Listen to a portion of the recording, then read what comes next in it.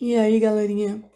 Hoje vamos falar um pouco do capítulo 12, cujo título é Brasileiros e Brasileiras, Cidadãos Brasileiros. A página 238 mostra um pouco da nossa identidade, que é construída ao longo dos anos. A nossa identidade enquanto brasileiros, aqueles que têm a mesma cultura, que têm alguns hábitos semelhantes, torcem pela mesma seleção, que vibra junto, que chora junto e que, independente do termo utilizado para nos designar, somos sim uma nação forte. Isso porque, há tempos atrás, haviam dúvidas se quem morava no Brasil, quem nascia no Brasil, era brasiliense, brasileiro ou brasiliano. Alguns desses termos já foram usados de forma pejorativa, mas isso é coisa do passado. E atualmente, quem nasce no Brasil é brasileiro. Já na página 239, a gente volta a falar um pouquinho sobre os indígenas, eles mesmos, os primeiros habitantes do nosso Brasil.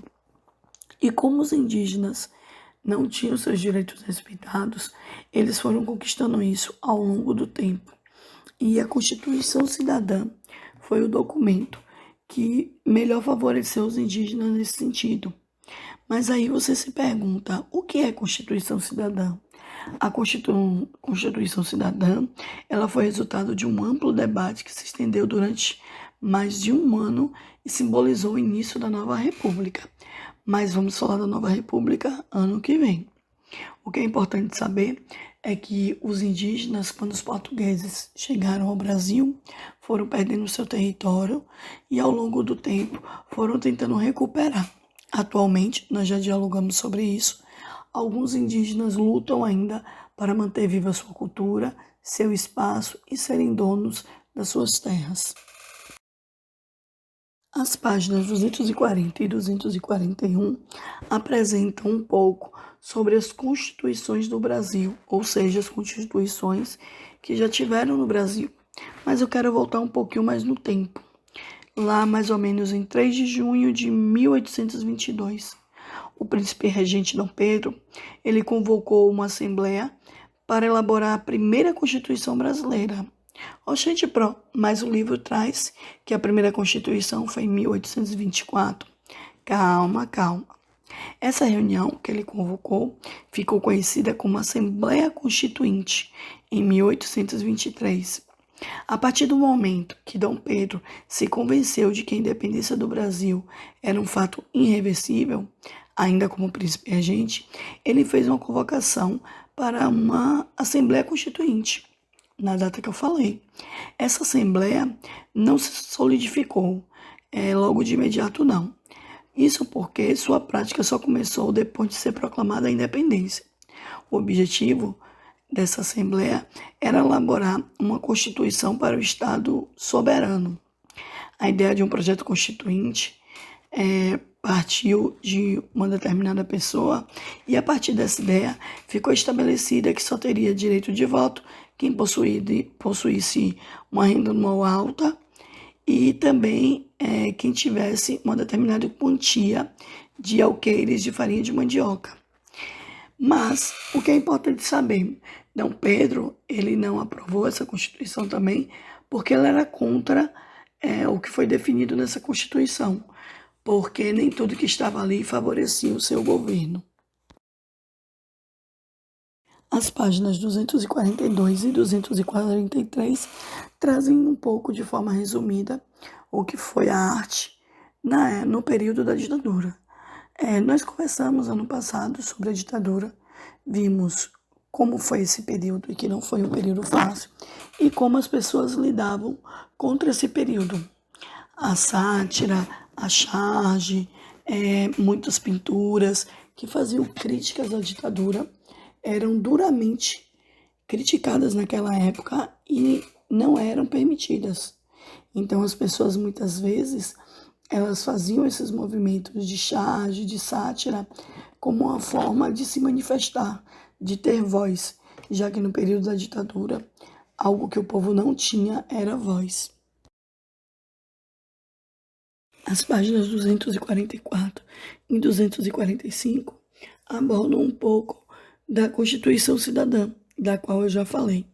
Mas podemos lembrar um pouquinho do que nós vimos ano passado, sobre alguns movimentos, como a lei da anistia, né, que pediu o retorno dos exilados políticos do país.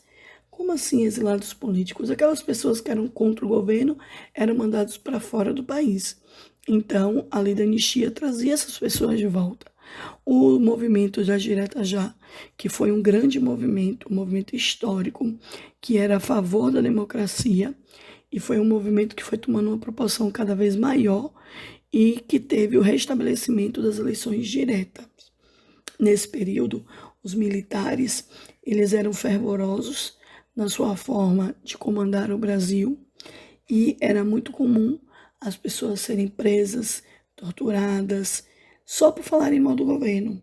As pessoas não tinham seus direitos respeitados, as pessoas eram obrigadas a fazer tudo aquilo que o governo queria e sempre da forma que o governo mandava. Nesse período no qual estamos falando, tiveram alguns fatos que foram bem chocantes, como, por exemplo, a morte do presidente Tancredo Neves, que faleceu antes de assumir a presidência. E aí quem assumiu foi seu vice, José Sarney. José Sarney, ele convocou eleições diretas para a Assembleia Nacional Constituinte. Nessa Assembleia foram eleitos deputados e redigiram a Constituição, que foi promulgada em 1988. Além de todos esses conteúdos relacionados à ditadura, a gente tem que pensar um pouco no que temos hoje. Como foi a ditadura, o que passamos, o que sofremos. Mas não foi do meu tempo, eu não passei por isso. Mas com base nos nossos estudos no ano passado e o que já dialogamos esse ano, nós podemos perceber que foi um período muito ruim e que não queremos ele de volta. E como hoje nós somos abençoados por ter o livre-arbítrio, por ter o direito a falar, a se colocar, a criticar o governo, a ser a favor e ser contra. Antigamente, no período da ditadura, se você falasse mal de algum governo, você era preso. Os meios de comunicação, eles eram censurados, ou seja, eles não podiam publicar determinadas coisas sobre o governo. Para isso tinha até um departamento específico que o governo criou. Era o DIP, Departamento de Imprensa e Propaganda.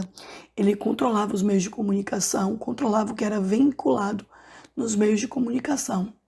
Nesse período, as propagandas que circulavam na televisão, em jornais, eram propagandas de um governo maravilhoso, de um governo para todos, mas na verdade não era bem isso que acontecia.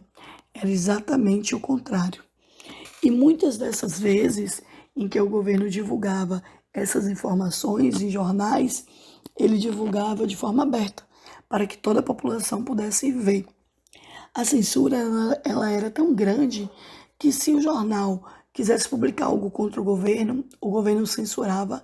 E o que é que ele fazia? Para ele não tirar aquele espaço do jornal, ele colocava uma receita culinária no lugar do que estaria ali sendo feita uma crítica ao governo. Era a forma deles poldarem e calarem a voz do povo brasileiro. Bem, galerinha, vamos terminando por aqui o nosso módulo 4. Estude para as avaliações e até a próxima. Tchau!